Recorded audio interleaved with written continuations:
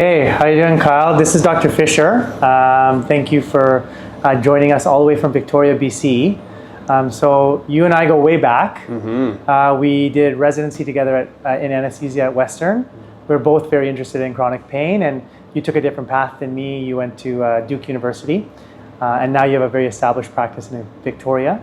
Where I went to UBC after my anesthesia residency, and I was in Vancouver and on the island doing some training. So I'm very familiar with the way pain is delivered in BC. And so you join us a couple weeks a year as part of your practice. We're very, very excited and grateful that you'd like to come to Afiya. So I just want to ask you a few questions, if that's cool. Yeah, of course. Yeah, so what's the difference between the delivery of pain medicine, the quality of care in BC versus Ontario, and what are some of the differences and some of the similarities between the two of them? I think one of the things that you see here in Ontario that's a lot different is just the rapid access to get patients in to be seen.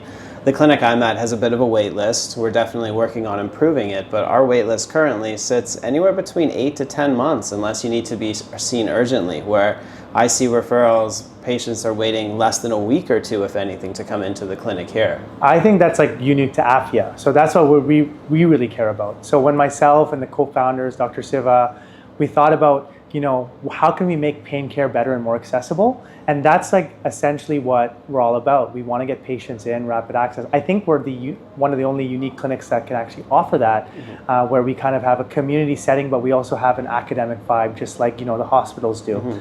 That's something that we're quite proud of, and we can only do that with great interventionalists and great physicians that come and want to join us. So thank you again for coming.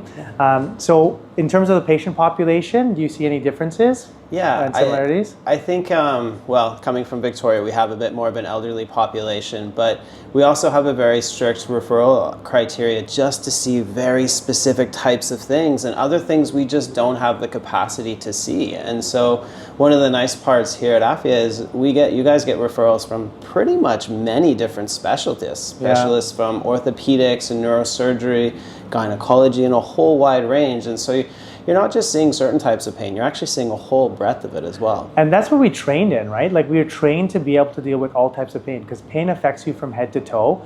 And a lot of that is creating awareness among surgeons and specialists. So we've actually gone out and talked to different specialists in our various hospitals, because we have different specialties. And I think people are truly seeing the difference. So some of the referrals I get, immediately would be rejected at some of the previous places that I worked at. However, we have an open mind here. We want to see everyone, because pain affects everyone. It affects people differently, and it can have negative consequences. So I'm glad you get to see that here, and it allows us always to keep learning from each other and thinking outside the box. And I'm truly grateful that I have great colleagues here that we can do that with. Yeah, I think that was cool. This week I learned definitely things as well that I hope I can bring back to Victoria, and vice versa, because you have so many learners here as well too. Being part of the University of Toronto program, that it's great to sort of pass that knowledge around so we all are able to kind of make the practice better. Perfect. So one thing I want to talk to you is, we've been practicing independent pain around, you started I think a year or two before me, but we're both within our first 5 years of practice. And one of the things that I've noticed when I opened up my practice here, especially with new consults, is a lot of patients ask me, am I getting another cortisone injection? So I hope we can talk about some of the myths, some of the pros, some of the cons, et cetera, about cortisone injections. Because patients are always concerned about cortisone injections, whether they're good, whether they're bad. So I just want to get your kind of feel, what your feelings are on how you manage patients that have this very, very common question when they see you for the first time. Right, and it's not without comment. It is definitely probably one of the more common things that people get injected, especially for pain. When you have pain in your joints, your neck, your spine, any different areas, I've seen cortisone.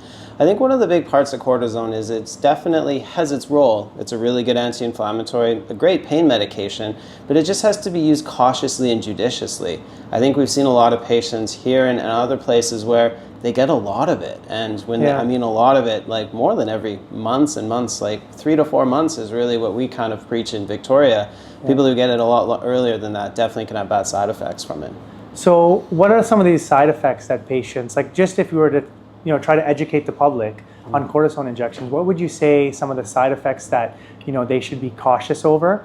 And how many times would you recommend a steroid injection per year in these patients? Yeah, so one of the common side effects is, well, it can definitely amp you up. Patients who get these injections lose a couple of nights of sleep sometimes, or just have trouble sleeping.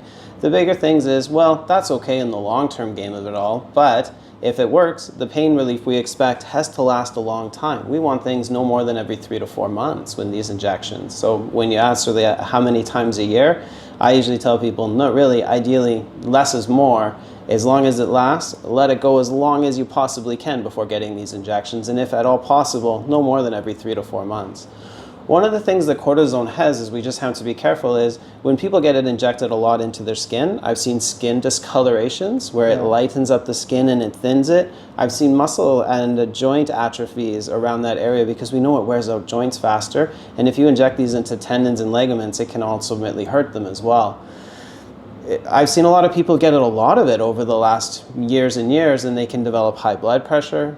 They can have blood sugars that elevate, have type 2 diabetes, and even you can make your bones weak. Yeah. So we see I've seen some osteoporotic fractures in my practice.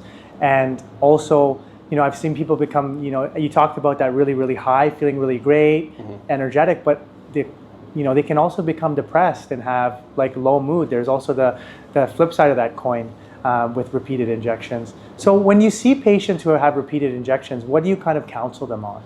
Well, we have to counsel them on, number one, are they effective? And the goal is you have to think of injections as not cures, but I tell people that they're Band-Aids. And that's a real common mentality is that we try to give you the tools that allow you to get your activity going, get your motion, get your strength going. So inevitably, when these injections wear off, we just hope you're in a better spot than when you were before. And if cortisone is the answer, that's great, but long term, is it really the answer, or is there something else we're missing? Is there something that we can do that makes these injections last longer?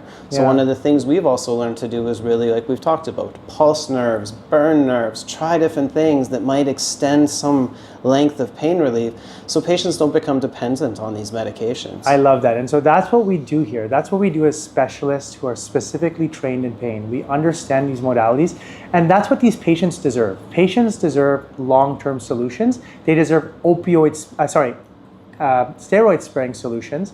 And so I usually say to my patients, today as a diagnostic block, a diagnostic therapeutic block, we're going to give you a steroid injection. But my hope is that we're going to do a lot of non-steroid procedures that give you long-term benefit. And I think that's like a big, huge topic. And I know you got to get back to Victoria, BC.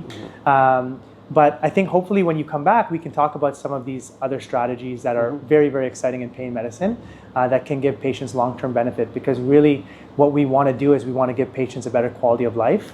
And I think we can do that.